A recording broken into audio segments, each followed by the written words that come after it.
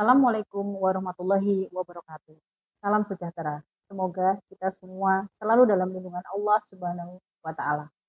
Perkenalkan, saya Apoteker Nova Rahmawidianingrum, Magister Kesehatan, Magister Farmasi, yang merupakan dosen tetap program studi S1 Farmasi Tikes Mambok Lulung, Surakarta.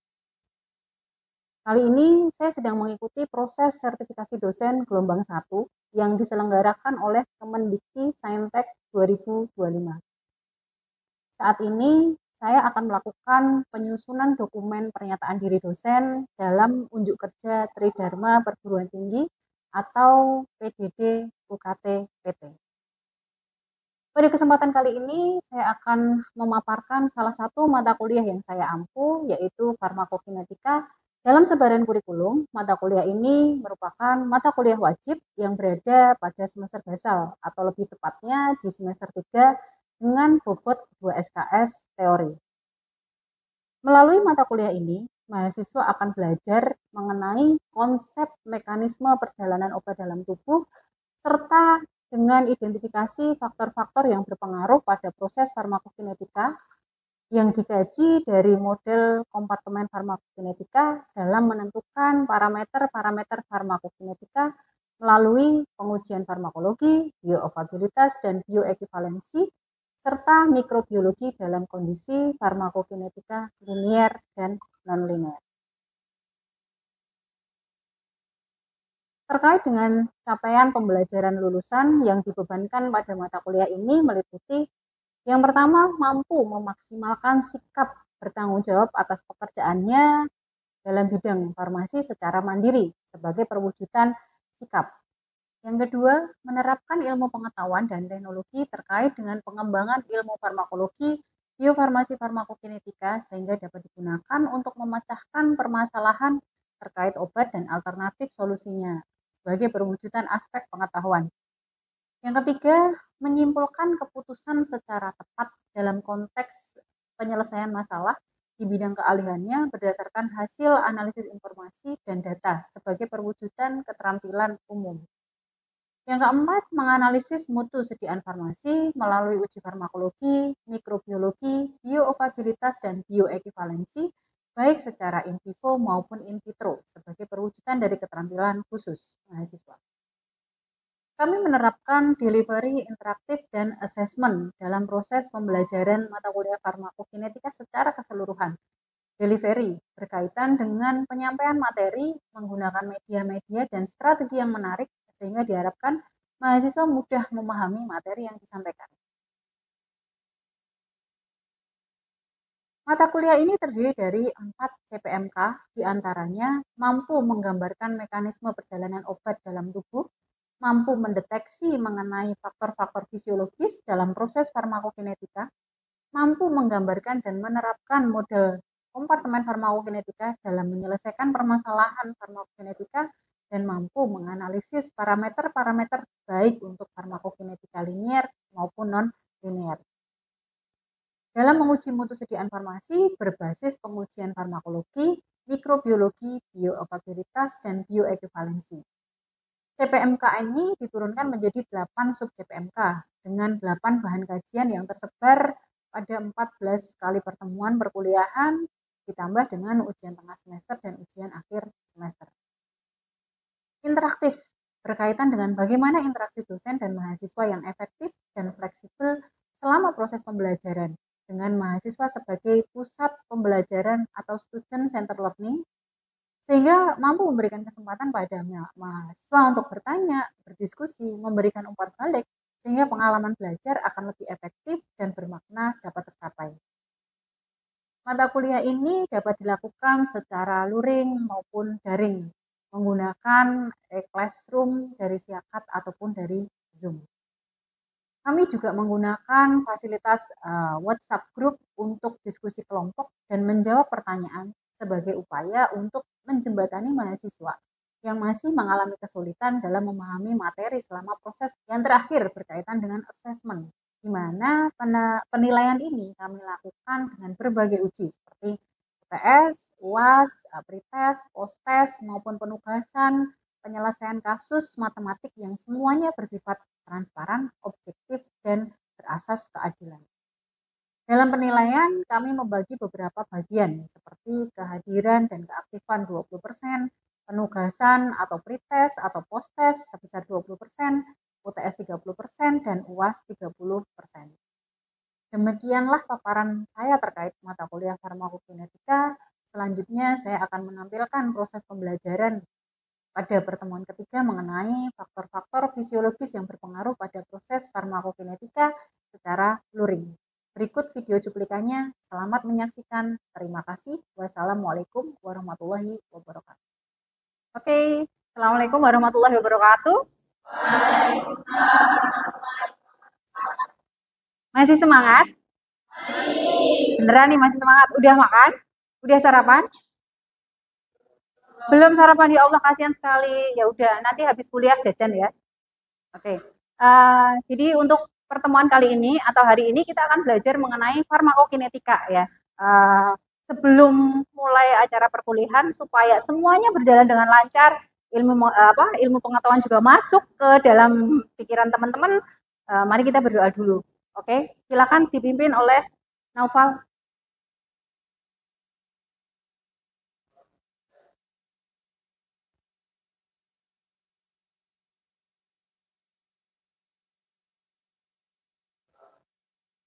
Oke, terima kasih Mas Noval. Oke, sesuai dengan RPS ya, sesuai dengan rencana pembelajaran. Hari ini kita akan belajar mengenai faktor-faktor fisiologis yang berpengaruh pada proses farmakokinetika. Nah, sebelum itu ya, sebelum kita masuk ke material selanjutnya, mestinya kita recall dulu ya, sejauh mana sih pemahaman kalian tentang farmakokinetika? Minggu kemarin kita sudah menyampaikan beberapa hal terkait dengan farmakokinetika atau farmakodinamika. Mungkin ada yang masih ingat materi minggu lalu? Oke, 1, 2, 3. Oke, Diana. Minggu kemarin kan kita telah menyelesaikan pembelajaran mengenai konsep farmakokinetik, di mana proses ini berkaitan dengan seluk-beluk perjalanan obat dalam tubuh. Oke, good. Direview ya, materi minggu lalu. Sip. Ada lagi? Mungkin ada yang mau menambahi? Ada lagi? Oke. Malika? Saya, Bu. Selain itu, kita juga membahas mengenai perbedaan proses farmakokinetika dengan proses farmakodinamika. Selama proses perjalanan obat dalam tubuh itu berlangsung, berkaitan dengan kapan dan pada tahapan apa proses farmakodinamik berlangsung. Oke, betul sekali ya. Jadi kita sudah membahas mengenai farmakokinetika dan perbedaan terhadap farmakodinamika. Dan itu merupakan hal yang penting di dalam proses atau di dalam material farmakologi.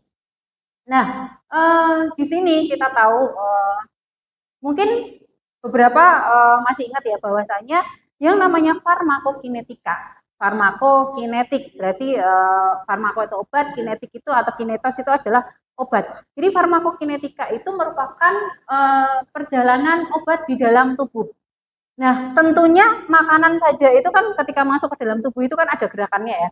Tentunya begitu juga dengan obat. Nah, urutan perjalanan obat di dalam tubuh itu mungkin mulai dari sediaan ya, karena kan kita tahu ketika kita minum obat, minum tablet, sirup dan lain sebagainya itu kan ada form ya, ada bentuk sediaannya. Dari bentuk sediaan itu kan nggak mungkin langsung timbul efek. Nah, supaya timbul efek itu bagaimana caranya kan gitu kan. Dari bentuk sediaan itu kan ada material zat aktif, kemudian ada material bahan tambahan atau zat tambahan yang nantinya itu akan berfungsi untuk media pelepasan zat aktif ya. Jadi zat aktif itu harus lepas dari sediaan bentuk awalnya, kemudian dia masuk melalui satu proses. Jadi ini merupakan satu proses penentu. Kemudian obat itu akan diserap, mengalami penyerapan. Pada proses penyerapan ini dia akan masuk ke saluran sistemik. Ya, ke saluran sistemik. Nah, pada saat masuk ke saluran sistemik, di sini itu ada yang namanya set aksi. Ya, mungkin ada yang masih ingat yang namanya set aksi itu salah satu contohnya adalah reseptor. Ya. Jadi obat itu akan berikatan dengan reseptor. Setelah berikatan dengan reseptor, maka terjadilah efek farmakologi. Urutan kejadian ini itu sangat penting ya, di mana respon farmakologi itu akan tercapai apabila obat itu mencapai jumlah minimal konsentrasi ya. Jadi di site di site aksi atau di reseptornya itu kadar jumlah obat itu melebihi batas MEC-nya. Ya, mungkin ada yang sudah lupa ya gambaran mengenai apa sih itu MEC ya, gimana tuh MEC itu ya. Jadi perlu diingatkan kembali. Oke, nanti ya untuk skema dinamis antara obat kemudian produk obat. Jadi obat itu kan bahan atau senyawa yang bisa menimbulkan efek farmakologi. Nah, dari obat itu kan akan diolah ya, ada zat aktif, ada zat tambahan menjadi suatu produk obat ya. Produk obat itu ketika sudah sampai ke konsumen atau sampai ke pasien itu akan caranya itu akan digunakan dan harapannya bisa menimbulkan efek farmakologi atau efek terapi yang diinginkan ya. Sehingga dia mengalami skema yang sifatnya itu dinamis ya. Jadi kalau sifatnya dinamis itu tidak statis ya. Kalau ada yang masih ingat bahwasanya suatu senyawa itu dikatakan obat, itu salah satunya adalah ketika dia itu punya ikatan yang reversibel dengan reseptor. Jadi dia bisa lepas, bisa berikatan kembali. Itu yang namanya dinamis. Tidak statis ya. Kalau statis itu berarti mau nggak mau tidak mau melepaskan. Padahal kalau seperti itu maka akan ada efek dalam jangka panjangnya, akumulasi dan lain sebagainya. Ya. Sehingga skema dinamis ini sangat penting ya, dan di situ yang mendasari proses farmakokinetik bahkan di farmakodinamik secara detailnya. Obat dari produk obat ya akan terjadi pelepasan obat ya, di mana kemudian obat itu dari material pembawa zat aktif dilepaskan. Nah, itu ada beberapa tahapannya. Ya, kalian tahu kan tablet utuh itu kan nggak mungkin akan langsung diabsorpsi, nggak mungkin akan langsung masuk ke membran sel. Berarti kan ada tahapannya. Nah, tahap penentu ini di mana? Tahap penentunya itu adalah di pelarutan obat. Ya, jadi ada proses. Anda bayangkan seperti tablet ya, contohnya yang paling bisa dilihat gitu ya. Tablet itu kan molekulnya besar ya, kemudian dia akan mengalami deagregasi, atau sebelum deagregasi itu mengalami degranulasi. Dia akan pecah menjadi granul-granul. Setelah mengalami degranulasi, kemudian dia juga akan mengalami deagregasi. Jadi dia akan pecah menjadi agregat-agregat yang lebih kecil lagi. Setelah mengalami deagregasi kan berarti molekulnya dari yang tadinya besar terus berubah atau mengalami deformasi menjadi yang lebih kecil. Endingnya adalah disolusi atau proses pelarutan. Nah, proses pelarutan inilah yang menjadi penentu nantinya dalam proses absorpsi. Nah, terus setelah mengalami disolusi kemudian masuk menembus membran sel, obat itu akan masuk ke saluran sistemik.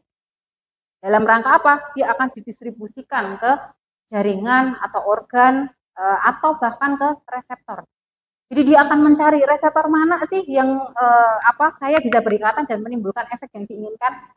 Contoh misalnya paracetamol. Paracetamol kan nggak akan mungkin nyari reseptor yang ada di saluran cerna. Ya.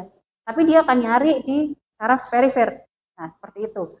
Kemudian ini sifatnya adalah dinamis, jadi bisa saling, jadi tidak satu arah, tapi bisa dua arah, ya, bisa ke saluran sistemik, bisa ke jaringan, dan begitu seterusnya.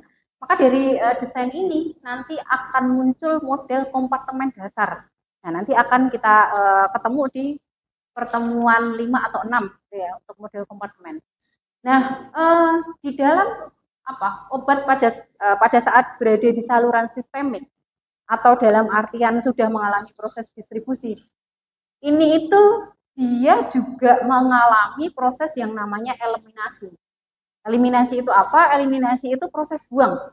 Nah, di situ itu ada yang namanya ekskresi, tapi ada juga metabolisme. Jadi dalam waktu yang bersamaan dia mengalami proses itu.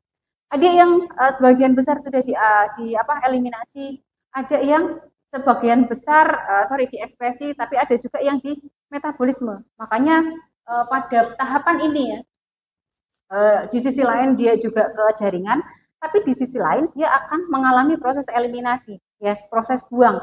Di mana proses buang ini kalau tidak di metabolisme ya langsung diekskresi.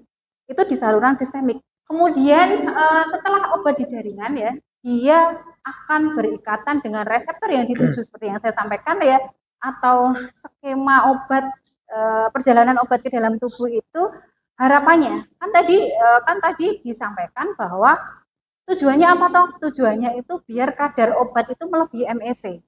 Ya. Kalau tujuannya adalah poinnya adalah kadar atau konsentrasi atau jumlah obat. Tentunya atau pastinya berarti kan kita harus menyediakan atau tubuh itu menyediakan sejumlah obat. Ya kan? Jadi endpoint proses di sini adalah bioavailabilitas. Nah, tidak hanya bioavailabilitas farmasetis, tetapi ada bioavailabilitas hayati juga. Di mana atau kapan? Nah, bioavailabilitas hayati ini terjadi pada saat obat masuk ke saluran sistemik, sirkulasi sistemik. Nah, di sirkulasi sistemik ini bisa jadi obat tidak tersedia atau tersedia tidak sesuai dengan jumlah istilahnya ukuran awalnya. Misal paracetamol 500 mg. Belum tentu yang mencapai saluran sistemik itu juga sama 500 mg. Proses di dalam farmakokinetik ini atau perjalanan obat di dalam tubuh ini, endpointnya atau tujuannya adalah mendapatkan sejumlah obat yang tersedia secara farmasetis ataupun secara hayati. Oke, peristiwa pertama adalah proses absorpsi. Ya, di mana proses absorpsi ini self limit penentu ya. Proses penentu obat itu akan memberikan efek terapi yang optimal atau tidak. Ya. Nah, kira-kira ada yang masih ingat tidak apa itu absorpsi? Oke, BC. Kalau saya, absorpsi itu merupakan penyerapan obat dari tempat pemberian ke saluran sistem. Oke, betul sekali ya. Jadi absorpsi itu merupakan bagaimana obat itu masuk ke saluran sistemik dari tempat pemberian atau dari cara pemberian. Nah, di dalam proses absorpsi ini tadi saya sempat menyinggung ada proses liberasi, di mana proses liberasi ini berkaitan dengan faktor-faktor sifat fisika kimia obat, bentuk partikelnya, bentuk kristalnya, bentuk produknya. Dimana ketika obat itu dalam bentuk tablet dengan larutan suspensi itu juga akan memberikan absorpsi yang berbeda. Pada proses absorpsi ini ada beberapa jalur pemberian ya. Ada yang didasarkan pada lewat tidaknya pembuluh darah atau saluran sistemik. Kemudian ada juga yang lewat tidaknya saluran cerna. Kesemuanya ini akan memberikan dampak ke proses absorpsi. Ya. Kira-kira ada yang mau ditanyakan? Oke. Maaf Bu, izin bertanya. Jika obat dalam larutan, apakah akan diabsorpsi secara sistematik? Ini pertanyaannya. Jadi maksudnya apakah obat dalam bentuk larutan itu akan secara keseluruhan itu diabsorpsi di saluran sistemik gitu ya. Nah, sesuai dengan apa yang saya sampaikan di awal ya, semuanya tergantung pada jalur pemberiannya atau rute pemberiannya. Contoh, ketika kita berikan secara intravena dalam bentuk cairan. Intravena itu salah satu rute pemberian yang tidak ada absorpsinya. Jadi langsung proses distribusi. Sehingga kemungkinan besar obat itu akan tersedia di saluran sistemik hampir 100%. Semuanya diabsorpsi. Tetapi berbeda ketika kita minum sirup, suspensi, emulsi ya melalui oral. Ada proses liberasi di dalamnya yang nantinya juga akan berpengaruh mengurangi jumlah dari atau ketersediaan obat di dalam fase farmasetis. Sehingga kemungkinan besar tidak akan diserap 100%. Ya. Makanya ada beberapa rute pemberian. Oh, kalau mau cepat diserap secara 100%, oh berarti pakai intravena. Atau misalkan kita pakai intramuskuler. apakah kan intramuskuler nggak mungkin tidak cair ya, pasti kan dalam bentuk larutan. Apakah nanti juga akan secepat intravena? Ternyata tidak. Ya, sehingga bisa dikatakan bahwa meskipun dalam bentuk larutan, ketika jalur atau cara pemberiannya atau rute pemberiannya itu berbeda juga akan menghasilkan efek yang berbeda, ya serapan yang berbeda. Bisa dipahami ya? Ya, terima kasih. Pada saat proses absorpsi, salah satu yang menentukan adalah permeabilitas membran. Atau kan sebelum proses absorpsi itu kan sel obat itu akan menembus sel toh. Nah, sel itu kan ada pagernya. Apa namanya? Membran sel. Ya. Di mana membran sel ini terdiri dari fosfolipid bilayer. Kalau obat-obat itu bentuk sifatnya hidrofilik, maka dia akan agak susah gitu ya, karena dia suka air. Yang paling gampang adalah yang lipofilik ya. Jadi obat-obat yang suka lemak dia akan mudah larut karena fosfolipid bilayer atau lipid dua layer atau dua layer itu ya. Jadi sehingga obat yang sifatnya lipofilik itu akan lebih mudah. Nah, barier ini itu menimbulkan beberapa cara masuknya obat melalui membran sel ya. Jadi ada yang namanya perjalanan melewati antar sel dan ada yang cukup melintasi membran. Ya. Untuk perjalanan antar sel itu biasanya model-modelnya untuk material atau obat yang bentuknya besar. Kalau yang padat itu namanya adalah fagositosis. Jadi ada obat yang molekul besar ya, terus bentuknya padatan. Dia akan masuk ke dalam sel itu dengan cara dimakan, ditelan. Itu fagositosis. Kemudian ada yang endositosis. Endositosis itu dia akan masuk ke kantong. Jadi kayak biliar, tahu ya, bola itu masuk ke kantong biliar. Kemudian ada yang namanya pinositosis ya. Pinositosis itu untuk material larutan atau yang lebih kecil daripada fagositosis ya. Dia dengan cara jadi membran selnya itu akan menempel obat. Jadi kayak ditempel, dicaplok gitu ya. Itu fagositosis. Contohnya adalah vitamin A, D, E, K dalam bentuk larutan. Kemudian untuk peristiwa melintas di membran itu ada difusi pasif. Mungkin beberapa sudah kenal ya, difusi pasif itu kalau dia gradien atau energinya searah ya. Terus ada yang melalui pori.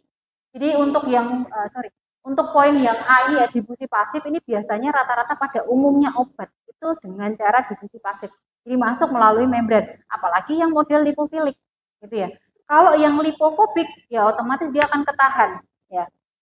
Maka dia akan pakai jalur atau metode yang lain. Contohnya ini tadi melalui pori ya. Melalui pori itu jadi dia akan menembus membran pada saat kan ini kan ada yang rapat tadi yang enggak ya. Nah, dia akan melalui itu. Itu yang model melalui pori. Contohnya urea, gula, air. Ya, itu menembus melalui pori. Kemudian transport aktif di mana dia dibantu oleh yang namanya protein transporter atau pembawa ya. Karena apa? Dia nggak bisa nembus nih. Ya contohnya kayak yang tadi lipofobik, dia nggak bisa nembus membran dengan gampangnya. Atau yang hidrofilik, dia nggak bisa nembus membran dengan gampangnya. Sehingga dia harus dibantu oleh entah itu protein atau yang lain atau asam amino pembawa. Supaya apa? Supaya dia bisa masuk menembus membran.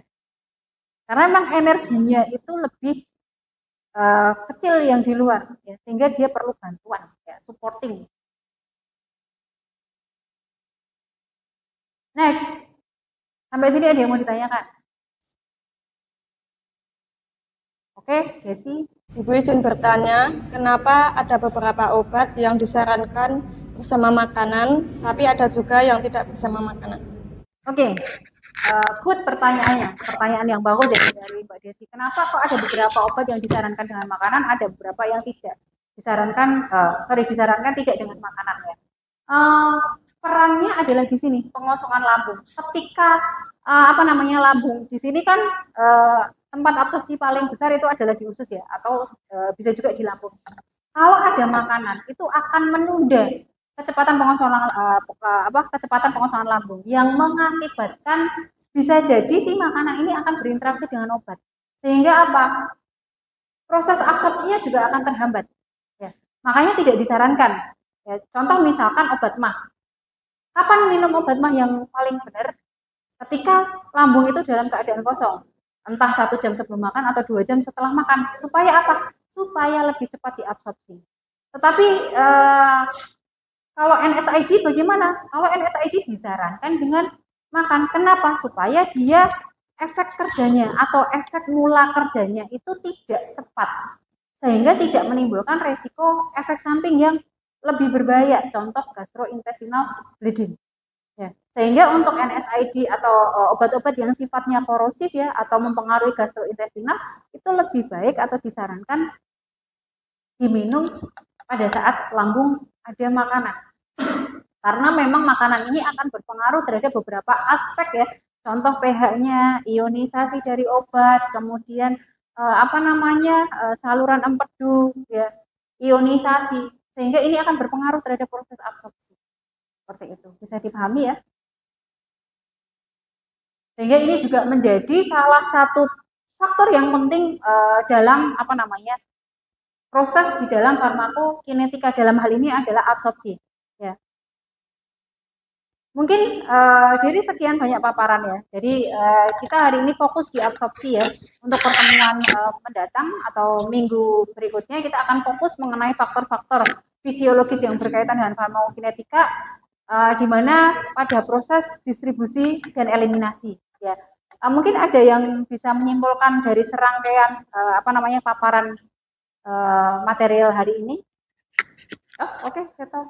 Saya Ibu, jadi dari materi yang sudah disampaikan Ibu bisa disimpulkan kalau faktor dalam proses absorpsi ini akan mempengaruhi bioavailabilitas baik dari farmaseutis maupun dari hayati, di mana faktor-faktor ini itu meliputi rute pemberian, sifat fisika kimia obat, lalu dari bentuk sediaan obat, kecepatan pengosongan lambung, penyakit lain maupun dari metabolisme lintas pertama.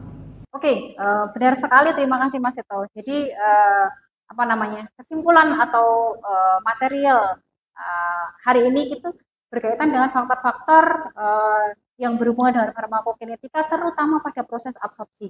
Mungkin bisa dipahami ya? Ada pertanyaan lagi? Sudah cukup. Untuk tugas hari ini ya, supaya lebih paham material faktor-faktor fisiologis berkaitan dengan farmakokinetika, ada 3 pertanyaan ya, ada 3 pertanyaan, satu diantaranya itu adalah material hari ini ya. Nanti Anda kerjakan dalam bentuk makalah, kemudian diupload ke sistem ya, ke Siakat ya. Kemudian 2 dari pertanyaan itu berkaitan dengan material setelahnya atau besok ya, sehingga diharapkan Anda sudah belajar tentang material minggu depan ya. Harapannya seperti itu. Jadi silakan dikerjakan ya, jangan tidak dikerjakan ya, supaya kalian bisa baca materi terlebih dahulu. Oke, mungkin itu saja yang bisa saya sampaikan. Semoga material ini juga bisa dipahami oleh mahasiswa. Terima kasih waktu, terima kasih interaksi dan kerjasamanya. Wabillahi taufiq wal hidayah. Wassalamualaikum warahmatullahi wabarakatuh. Waalaikumsalam warahmatullahi wabarakatuh.